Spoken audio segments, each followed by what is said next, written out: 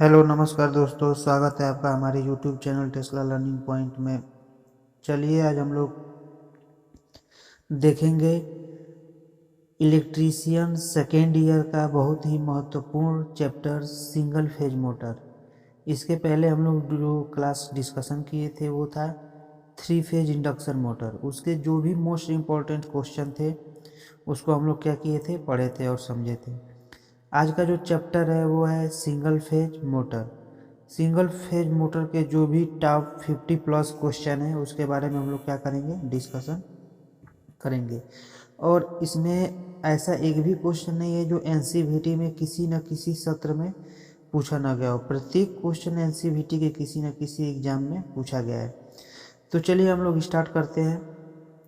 देखिए यहाँ पे पहला क्वेश्चन दिया है, एक 4 ध्रुव 50 हर्ट्ज प्रेरण मोटर 1470 आरपीएम पर चल रही है, इसका स्लिप मान क्या होगा। देखिए यहाँ पे स्लिप मान ज्ञात करना है। तो सबसे पहले जो स्लिप का फार्मूला होता है वो स्लिप बराबर होता है NS माइनस N अपान NS। ये हम लोग पिछला चैप्टर जो थ्री फेज इंडक्शन मोटर पढ़े थे उसमें इस फार्मूले को हम लोग पढ़ चुके थे कि इसमें ये जो स्लिप एस है बराबर NS माइनस N अपान NS। इसमें NS क्या है और N क्या है। जो NS होता है वो क्या होता है, सिंक्रोनस स्पीड होता है, और जो N होता है वो क्या होता है, नॉर्मल स्पीड होता है। यहाँ पे नॉर्मल स्पीड आपको दे चुका है 1470 आरपीएम। ज्ञात करना है आपको सिंक्रोनस स्पीड। तो सिंक्रोनस स्पीड ज्ञात करने के लिए मैं आपको फार्मूला पहले भी बता चुका हूँ, 120 F अपान में क्या होता है P, सिंक्रोनस स्पीड ज्ञात करने के लिए।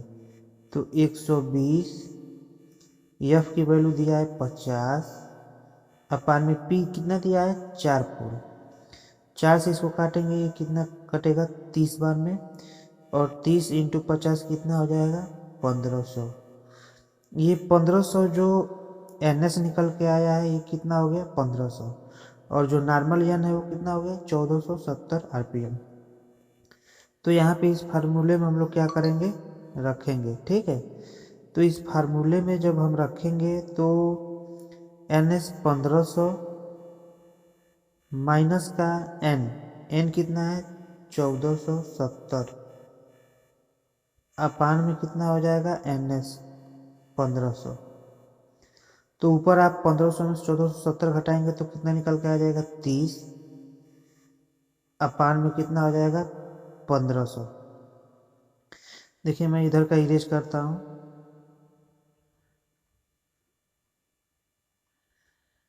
यहाँ पे देख ले रहे हैं 30 अपान में 1500, 30 अपान में 1500। तो जब 30 अपान में 1500 डिवाइड करेंगे तो 0.02 हमारा निकल के क्या आएगा, स्लिप निकल के आएगा। तो जो आंसर हो जाएगा वो क्या हो जाएगा, ऑप्शन नंबर सी। उम्मीद कर रहे हैं कि यह क्वेश्चन आपको बहुत अच्छे से समझ में आ गया होगा। अब चलते हैं हम लोग नेक्स्ट क्वेश्चन की तरफ। जो हमारा नेक्स्ट क्वेश्चन है स्टैंड पर अभी भी स्लिप का मान है। स्टैंड पर अभी भी स्लिप का मान कितना होता है। स्टैंड का मतलब देखिए हम लोग समझते हैं, स्टैंड मतलब क्या, मोटर अभी गति नहीं कर रही है, मतलब अभी स्थिर अवस्था में है, उसी को बोला जाता है स्टैंड पर। तो जो स्लिप होगा उसका मान कितना होगा। तो मोटर जब स्टैंड पर होती है तो उसका स्लिप क्या होता है, 1 होता है। नेक्स्ट क्वेश्चन, एक capacitor start single phase motor में आमतौर पर एक पावर का कारक होगा, यानी पावर फैक्टर कितना होगा, यहाँ पे पूछा जा रहा है। एक capacitor start single phase motor में पावर फैक्टर कितना होगा, यूनिटी होगा, 0.8 लैगिंग, 0.6 लैगिंग, 0.6 लीडिंग। तो जो capacitor start single phase motor होता है उसमें जो पावर फैक्टर होता है वो 0.6 लैगिंग होता है। ऑप्शन सी हमारा क्या हो जाएगा, राइट आंसर हो जाएगा। जो नेक्स्ट क्वेश्चन है, नेक्स्ट क्वेश्चन, निम्नलिखित पद्धति में से कौन सी एक सिंगल फेज मोटर शुरू करने की सबसे किफ़ायती पद्धति है। यानी एक सिंगल फेज मोटर है तो उसको आप किस विधि से बहुत आसानी से स्टार्ट कर सकते हैं। प्रतिरोध प्रारंभ पद्धति से, संधारित्र प्रारंभ पद्धति से, विभाजन चरण पद्धति से, अधिष्ठापन प्रारंभ पद्धति से। तो कोई भी सिंगल फेज की जो मोटर होती है उसको शुरू करने का सबसे किफ़ायती जो सिस्टम होता है वो संधारित्र प्रारंभ सिस्टम होता है।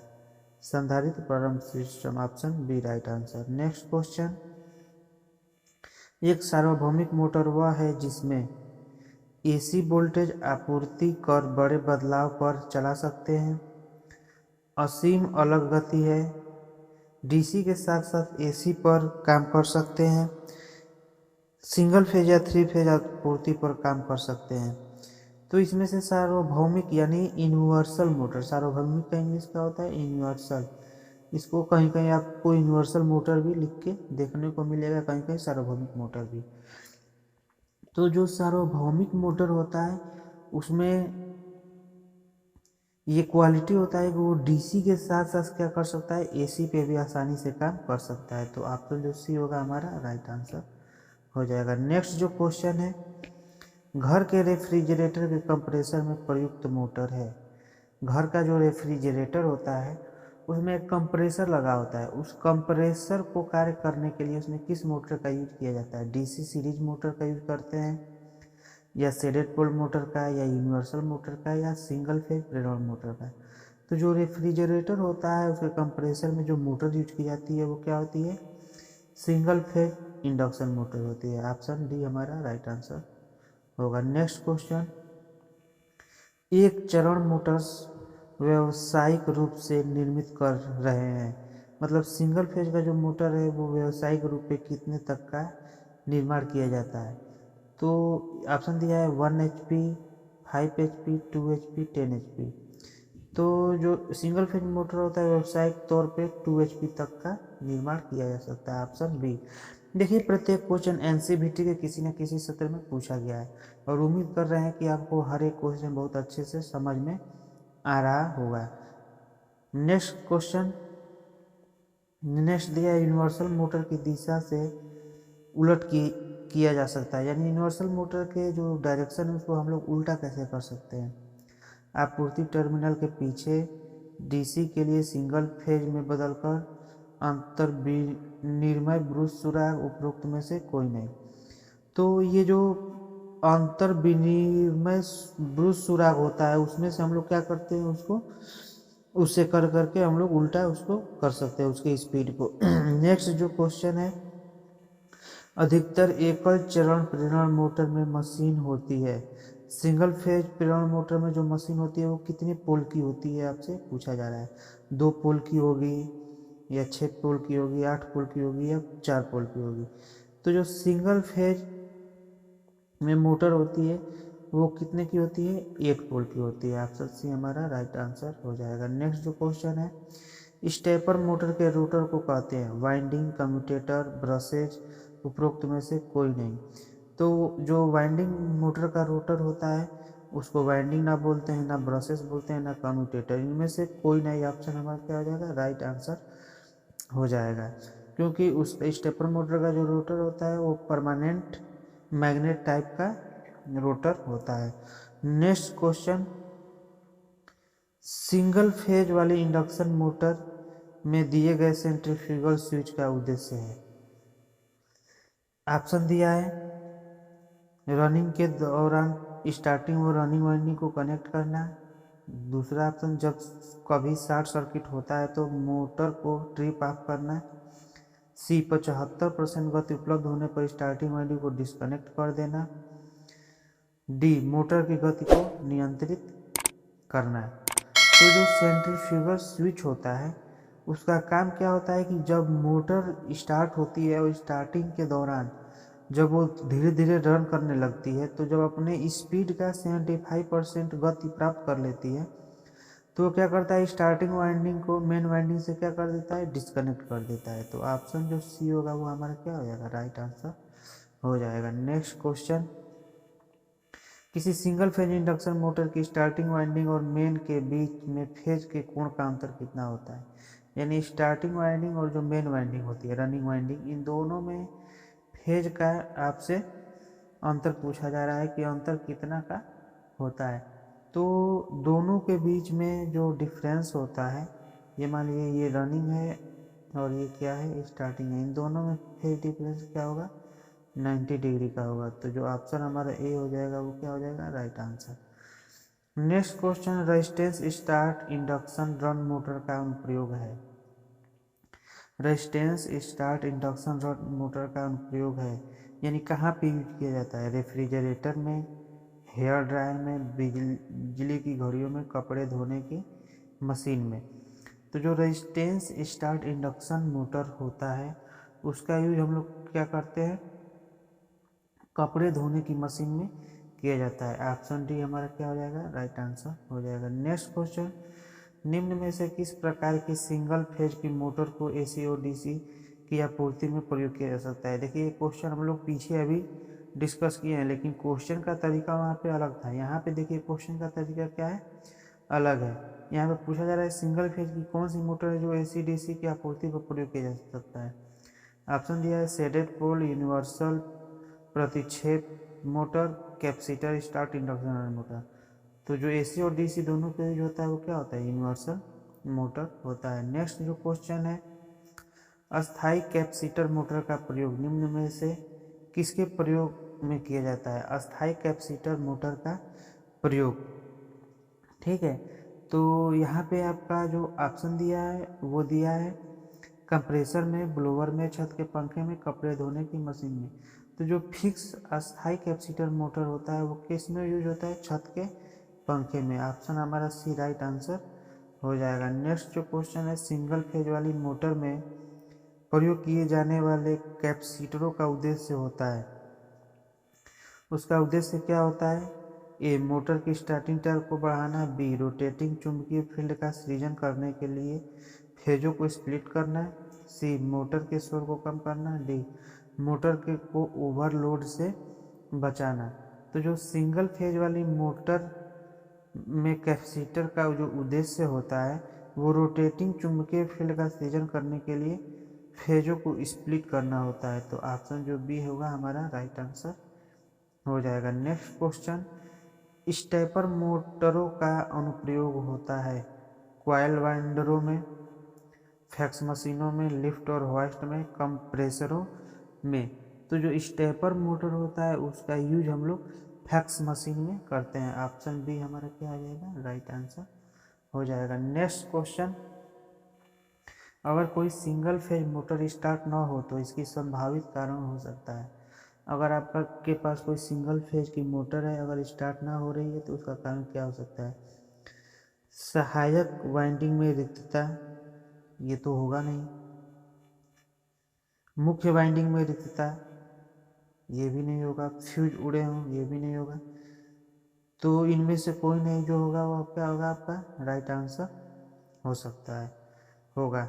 नेक्स्ट जो क्वेश्चन है, वैक्यूम क्लीनर के लिए आप किस मोटर को चुनेंगे। वैक्यूम क्लीनर तो आप जानते ही हैं, देखिए फिगर में भी आपको दिख जाएगा वैक्यूम क्लीनर। वैक्यूम क्लीनर के लिए आप किस मोटर को चुनेंगे, universal motor, repulsion motor, hysteresis motor, reluctance motor. तो वैक्यूम जो क्लीनर होता है उसमें जो मोटर हम लोग यूज करते हैं वो यूनिवर्सल मोटर यूज करते हैं। ऑप्शन ए हमारा राइट आंसर हो जाएगा। नेक्स्ट क्वेश्चन, यदि विशेष अनुप्रयोग की जरूरत के अनुसार हाई स्पीड और स्टार्टिंग टॉर्क की जरूरत हो तो निम्न में से कौन सी मोटर को वरीयता दी जानी चाहिए। यानी हाई स्पीड और स्टार्टिंग टॉर्क की जरूरत हो, हाई स्पीड और स्टार्टिंग टॉर्क की जरूरत हो तो आप किस मोटर को वरीयता देंगे, यूनिवर्सल मोटर को, शेडेड पोल टाइप मोटर को, कैपेसिटर स्टार्ट को, कैपेसिटर स्टार्ट और रन को। देखिए हाई स्पीड और स्टार्टिंग टॉर्क की जब जरूरत होती है तो वो किस में होता है, यूनिवर्सल मोटर में होता है। ऑप्शन ए हमारा राइट आंसर हो जाएगा। नेक्स्ट क्वेश्चन, छत के पंखे में प्रयोग होता है, छत के पंखे में प्रयोग होता है split phase motor, capacitor start capacitor run motor, universal motor, capacitor start motor. Split phase motor छत पंखे में यूज नहीं करते हम लोग, capacitor start capacitor run motor भी यूज नहीं होता, यूनिवर्सल मोटर भी यूज नहीं करते। तो कैपेसिटर स्टार्ट मोटर जो होता है वो छत के पंखे में हम लोग यूज करते हैं। तो ऑप्शन डी हमारा राइट हो जाएगा। नेक्स्ट क्वेश्चन है स्टेपर मोटर। स्टेपर मोटर के संबंध में इसमें से क्या सही है? डीसी मोटर है, सिंगल फेज एसी मोटर है, मल्टी फेज मोटर है, दो फेज वाला मोटर है। तो जो स्टेपर मोटर होता है वो क्या होता है? सिंगल फेज एसी मोटर होता है। ऑप्शन हमारा बी राइट आंसर हो जाएगा। नेक्स्ट क्वेश्चन, एक सिंगल फेज इंडक्शन मोटर क्या होता है? सेल्फ स्टार्टिंग होता है, एक निश्चित गति से प्रचालन करता है, एक थ्री फेज सिंक्रोनस मोटर से कम भरोसेमंद होता है, इनमें से कोई नहीं। तो जो एक सिंगल फेज इंडक्शन मोटर होगा वो सेल्फ स्टार्टिंग नहीं होगा, एक निश्चित गति से प्रचालन भी नहीं करेगा, एक थ्री फेज सिंक्रोनस मोटर से कम भरोसेमंद होगा। जब सिंगल फेज है तो थ्री फेज की बात होगी ही नहीं। तो ऑप्शन जो राइट हो जाएगा वो क्या हो जाएगा? इनमें से कोई नहीं। ऑप्शन डी हमारा राइट आंसर हो जाएगा। नेक्स्ट जो क्वेश्चन है, एक capacitor start capacitor run single phase induction motor मूल रूप से होता है, मूल रूप से होता है एक AC series motor, DC series motor, दो phase induction motor, three phase induction motor. AC series motor तो होगा नहीं, ना डीसी सीरीज मोटर होगा। अब three phase induction motor, two phase induction motor की बात होगी। तो देखिए कैपेसिटर स्टार्ट कैपेसिटर और सिंगल फेज इंडक्शन मोटर की के रूप में होगा तो वो हमेशा क्या होगा? उसमें थ्री फेज भी नहीं आएगा। तो ऑप्शन क्या हो जाएगा? दो फेज इंडक्शन मोटर हमारा राइट आंसर हो जाएगा। नेक्स्ट जो क्वेश्चन है, एक कैपेसिटर स्टार्ट मोटर का स्टार्टिंग टार्क होता है शून्य, निम्न, रेटेड टार्क के बराबर, रेटेड टार्क से अधिक। तो कैपेसिटर स्टार्ट मोटर का जो स्टार्टिंग टार्क होगा वो क्या होगा? कैपेसिटर स्टार्ट मोटर का जो स्टार्टिंग टार्क होगा वो शून्य होगा नहीं, रेटेड टार्क के बराबर भी नहीं होगा, रेटेड टार्क से अधिक भी नहीं होगा। तो ऑप्शन जो हमारा सही हो जाएगा वो क्या हो जाएगा? निम्न होगा। निम्न हमारा राइट आंसर हो जाएगा। नेक्स्ट जो क्वेश्चन है, एक सिंगल फेज मोटर का स्टार्टिंग कैपेसिटर होता है electrolyte capacitor, ceramic capacitor, paper capacitor, इनमें से कोई नहीं। तो सिंगल फेज मोटर का स्टार्टिंग कैपेसिटर जो होता है वो क्या होता है? इलेक्ट्रोलाइट कैपेसिटर होता है। ऑप्शन ए हमारा क्या हो जाएगा? राइट आंसर हो जाएगा। नेक्स्ट जो क्वेश्चन है, प्रतिकर्षण मोटर में 60 आने से होता है, प्रतिकर्षण मोटर में 60 आने से होता है भार के साथ गति में भिन्नता, निम्न शक्ति कारक, ब्रूसों पर स्पार्क की प्रवृत्ति। तो प्रतिकर्षण मोटर में जब 60 आएगा तो भार के साथ गति में डिफरेंस होगा ही, सही। निम्न शक्ति कारक पावर फैक्टर भी क्या होगा? लो होगा। ब्रूसों पर स्पार्क की स्थिति या प्रवृत्ति भी बनेगी। तो ऑप्शन हमारा क्या हो जाएगा? उपरोक्त सभी। नेक्स्ट जो क्वेश्चन है, सभी सिंगल फेज एसी मोटर को प्रायः डैश डैश डैश पर ऑपरेट करने के लिए डिजाइन किया जाता है। जितने भी सिंगल फेज एसी मोटर है उसको कितने वोल्टेज पर ऑपरेट करने के लिए बनाया जाता है? दिया है 220 volt, 220 volt plus 10 volt, 220 volt plus 0 volt, 220 plus minus 10 volt. तो देखिए जो 220 वोल्ट प्लस 10% प्लस माइनस होता है, इसी पे हम लोग क्या करते हैं? रेटेड करते हैं कि जो सप्लाई है 220 वोल्ट से 10% अधिक भी हो सकती है, 220 वोल्ट से 10% कम भी हो सकती है। उसी रेटेड पे हम लोग क्या करते हैं? डिजाइन करते हैं। ऑप्शन डी हमारा राइट आंसर हो जाएगा। नेक्स्ट क्वेश्चन है, एक हिस्टैरिसीस मोटर में मुख्य पोल से संबंधित छायांकित पोल का स्थान निर्धारित करता है।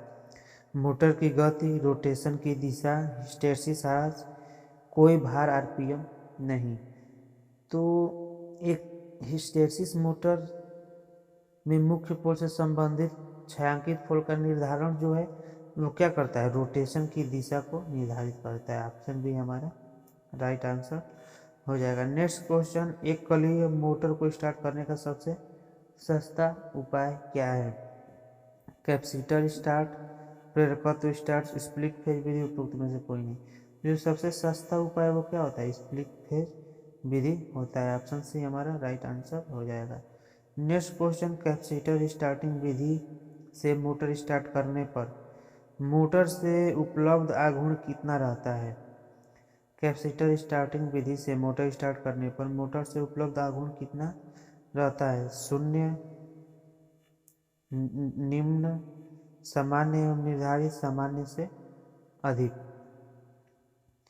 तो जो कैपेसिटर स्टार्टिंग विधि में मोटर स्टार्ट करने पर उपलब्ध आघूर्ण जो होगा वो हमेशा हमेशा क्या होगा? सामान्य से अधिक होगा। ऑप्शन डी हमारा राइट आंसर हो जाएगा। नेक्स्ट जो क्वेश्चन है, कैपेसिटर प्रारंभ मोटर का शक्ति गुणक लगभग कितना होता है? इकाई होगा 0.8 पश्चगामी, 0.8 अग्रगामी, 0.5 से 0.6 पश्चगामी। तो जो पावर फैक्टर होता है वो क्या होता है? 0.5 से 0.6 पश्चगामी होता है। Option D. Next question, capacitor start capacitor run motor मूलतः होती है? एककलीय प्रेरण मोटर, एक कलीय प्रेरण मोटर, डीसी शंट मोटर, दो कलीय प्रेरण मोटर, त्रिकलीय प्रेरण मोटर। तो जो कैपेसिटर स्टार्ट कैपेसिटर और मोटर होता है वो क्या होता है? हमेशा सिंगल फेज मोटर होता है। ऑप्शन ए हमारा क्या हो जाएगा? राइट आंसर हो जाएगा। नेक्स्ट क्वेश्चन, यदि एक स्लिप फेज मोटर की मुख्य एक सहायक कुंडलियों में धाराएं क्रमशः IM तथा IS हो तथा IM व IS के मध्य कोण थीटा हो तो मोटर में विकसित बलाघूर्ण किसके समानुपाती होता है? तो इस कंडीशन में जो बलाघूर्ण होता है वो हमेशा क्या होता है? साइन थीटा के समानुपाती होता है। ऑप्शन ये हमारा राइट आंसर हो जाएगा। नेक्स्ट, यूनिवर्सल मोटर को किसी भी वोल्टेज पर चलाया जा सकता है। AC व DC किसी भी सप्लाई पे चलाया जा सकता है, किसी भी गति पर चलाया जा सकता है, 1, 2 या 3 फेज पर चलाया जा सकता है। तो जो यूनिवर्सल मोटर होता है उसमें कोई AC या DC पे चलाया जा सकता है। ऑप्शन बी हमारा राइट आंसर हो जाएगा। नेक्स्ट जो क्वेश्चन है, एक कलीय मोटर में प्रयुक्त कैपेसिटर है? Paper capacitor, electrolyte capacitor, mica capacitor या सिरेमिक कैपेसिटर। तो एक कलीय मोटर में जो कैपेसिटर होता है वो क्या होता है? Electrolyte capacitor. Option B right answer हो जाएगा। जो नेक्स्ट क्वेश्चन है, कैपेसिटर स्टार्ट मोटर में यदि कैपेसिटर के स्थान पर समान प्रतिघात का एक प्रेरकत्व लगा दिया जाए तब मोटर में क्या होगा? प्रारंभ नहीं होगी, सामान्य रूप से चलेगी, जल जाएगी, उपरोक्त में से कोई नहीं। तो इसमें प्रतिघात का एक प्रेरकत्व लगा देने पे क्या होगा? तो प्रेरकत्व जब हम लगा देंगे तो मोटर क्या होगा? प्रारंभ ही नहीं होगा। ऑप्शन ए हमारा राइट आंसर हो जाएगा। नेक्स्ट जो क्वेश्चन है, एक कलीय मोटर में स्टार्टिंग वाइंडिंग के में वर्तनों की संख्या गतिशील कॉइल के वर्तनों की संख्या की तुलना में क्या होता है? कम होता है, अधिक होता है, समान होता है, कोई नहीं। तो हमेशा क्या होता है? कम होता है। ऑप्शन ए हमारा क्या हो जाएगा? राइट आंसर हो जाएगा। नेक्स्ट क्वेश्चन, निम्न में से किस रोटर का बलाघूर्ण उच्चतम होता है? यहाँ पे रोटर ना होके, यहाँ पे रोटर ना होकर के यहाँ पे मोटर होगा। किस मोटर का बलाघूर्ण उच्चतम होता है? तो ऑप्शन दिया है आपके पास, शेडेड पोल मोटर का, यूनिवर्सल मोटर का, कैपेसिटर स्टार्ट प्रेरण मोटर का। उपरोक्त सभी का मान समान होगा। उपरोक्त सभी का तो समान हो ही नहीं सकता। तो जो बलाघूर्ण हाई होता है वो क्या होता है? कैपेसिटर स्टार्ट इंडक्शन मोटर का। ऑप्शन बी सी हमारा राइट आंसर हो जाएगा। नेक्स्ट जो क्वेश्चन है, संपीडक के लिए प्रयुक्त मोटर है? Capacitor start capacitor run, universal motor, repulsion motor या शेडेड पोल मोटर। तो संपीडक के लिए कैपेसिटर स्टार्ट कैपेसिटर और मोटर का यूज करते हैं। ऑप्शन ए हमारा राइट आंसर हो जाएगा। नेक्स्ट क्वेश्चन, सामान्य रूप से किस मोटर की गति 3000 आरपीएम से अधिक हो सकती है? 3000 आरपीएम से अधिक यानी ये क्या है? एक हाई स्पीड है। तो अभी हम लोग डिस्कशन किए हैं हाई स्पीड किस मोटर का होता है? यूनिवर्सल मोटर का। तो ऑप्शन डी हमारा राइट आंसर हो जाएगा। नेक्स्ट क्वेश्चन, घरेलू रेफ्रिजरेटर में प्रयुक्त मोटर होता है? इसको तो अभी हम लोग डिस्कस किए हैं, कैपेसिटर मोटर। ऑप्शन बी हमारा राइट आंसर हो जाएगा। यूनिवर्सल मोटर की गति लोड परिवर्तन के साथ परिवर्तित होती है। लोड परिवर्तन पर भी तुल्यकालिक गति होती है। लोड परिवर्तन पर भी स्थिर रहती है। उपरोक्त में से कोई नहीं। तो जो यूनिवर्सल मोटर की गति होती है वो लोड परिवर्तन पर भी तुल्यकालिक गति होती है, यानी लोड बढ़े या घटे फिर भी हाई स्पीड पे वो क्या करेगी, चलती रहेगी। ऑप्शन बी हमारा राइट आंसर होगा। नेक्स्ट जो क्वेश्चन है, उच्च शक्ति गुणक पर प्रचालित मोटर है, हाई पावर फैक्टर पर प्रचालित मोटर कौन सी है? शेडेड पोल है या कैपेसिटर फेज मोटर है, स्प्लिट फेज है, कैपेसिटर प्रारंभ है? तो जो हाई पावर फैक्टर पे होती है स्टार्ट, वो कैपेसिटर फेज मोटर होती है। ऑप्शन बी हमारा सही हो जाएगा। नेक्स्ट क्वेश्चन, छत के पंखों में प्रयुक्त मोटर है, छत के पंखों में प्रयुक्त मोटर अभी हम लोग डिस्कस किए हैं, अस्थायी capacitor motor. Option D. Next question है, विद्युत सेविंग मशीन में प्रयुक्त मोटर है, विद्युत सेविंग मशीन में इन्वर्सल है या शेडेड पोल है, कैपेसिटर है या रिलक्टेंस है? तो सेविंग मशीन जो होता है, सेविंग मशीन तो आप जानते हैं, फिगर में भी आप देख सकते हैं, उसमें यूनिवर्सल मोटर होता है। नेक्स्ट क्वेश्चन, एक कलीय प्रेरण मोटर का प्रारंभिक बला गुण होता है लगभग शून्य गति से उच्च गति तक समान और निम्न। तो एक कलीय प्रेरण मोटर का जो बला गुण होता है वो लगभग क्या होता है, शून्य होता है। ऑप्शन ये हमारा सही हो जाएगा। नेक्स्ट जो क्वेश्चन है, यूनिवर्सल मोटर की न्यूनतम क्षमता है, यूनिवर्सल मोटर की जो न्यूनतम क्षमता होती है वो 1/200 HP होती है। Option B. नेक्स्ट जो क्वेश्चन है, शेडेड पोल मोटर में शेडिंग रिंग का क्या कार्य है? शेडेड पोल मोटर में शेडिंग रिंग का क्या कार्य है? परिभ्रमण दिशा को परिवर्तित करना, घर्षण हानि कम करना, घूर्णीय चुंबकीय क्षेत्र उत्पन्न करना, मोटर में शोर कम करना। तो शेडेड पोल में जो शेडिंग रिंग होता है वो घूर्णीय चुंबकीय क्षेत्र को क्या करता है, उत्पन्न करता है। ऑप्शन सी हमारा राइट आंसर हो जाएगा। नेक्स्ट ये 50वां क्वेश्चन है, शेडेड पोल मोटर में निम्न में से कौन सा अवयव नहीं होता है? कम्यूटेटर, अब केंद्रीय स्विच, कैपेसिटर, उपरोक्त में से सभी। तो जो शेडेड पोल होता है उसमें कम्यूटेटर नहीं होगा, सेंट्रीफ्यूगल स्विच भी नहीं होता है और कैपेसिटर भी नहीं होता है। तो उपरोक्त सभी हमारा क्या हो जाएगा, राइट आंसर हो जाएगा। नेक्स्ट जो क्वेश्चन है, निम्न में से वैक्यूम क्लीनर के लिए उपयुक्त मोटर है? तो वैक्यूम क्लीनर में हम लोग यूनिवर्सल मोटर का यूज करते हैं। ऑप्शन बी सही हो जाएगा। नेक्स्ट जो क्वेश्चन है, एक कलीय मोटर को स्टार्ट करने की सबसे सस्ती विधि है, ये भी हम लोग डिस्कशन किए हैं, capacitor start Vidhi. Option A सही हो जाएगा। और नेक्स्ट जो क्वेश्चन है लास्ट, एक यूनिवर्सल मोटर प्रचालित होती है, इसको भी हम लोग डिस्कस कर लिए हैं। डीसी के लिए, एसी के लिए, ए व बी दोनों के लिए उपरोक्त में से कोई नहीं। देखिए यहाँ पे जो आंसर दिया है वो क्या है, गलत है। यहाँ पे ऑप्शन जो होगा वो सी होगा, ए व बी दोनों, क्योंकि यूनिवर्सल मोटर एसी व डीसी दोनों पर चलती है। तो उम्मीद करते हैं कि पूरे 53 के 53 क्वेश्चन को हम लोग डिस्कस किए हैं और सभी क्वेश्चन आपको समझ में आ गया होगा। तो चलिए अब हम लोग नेक्स्ट क्लास में मिलेंगे, तब तक के लिए धन्यवाद।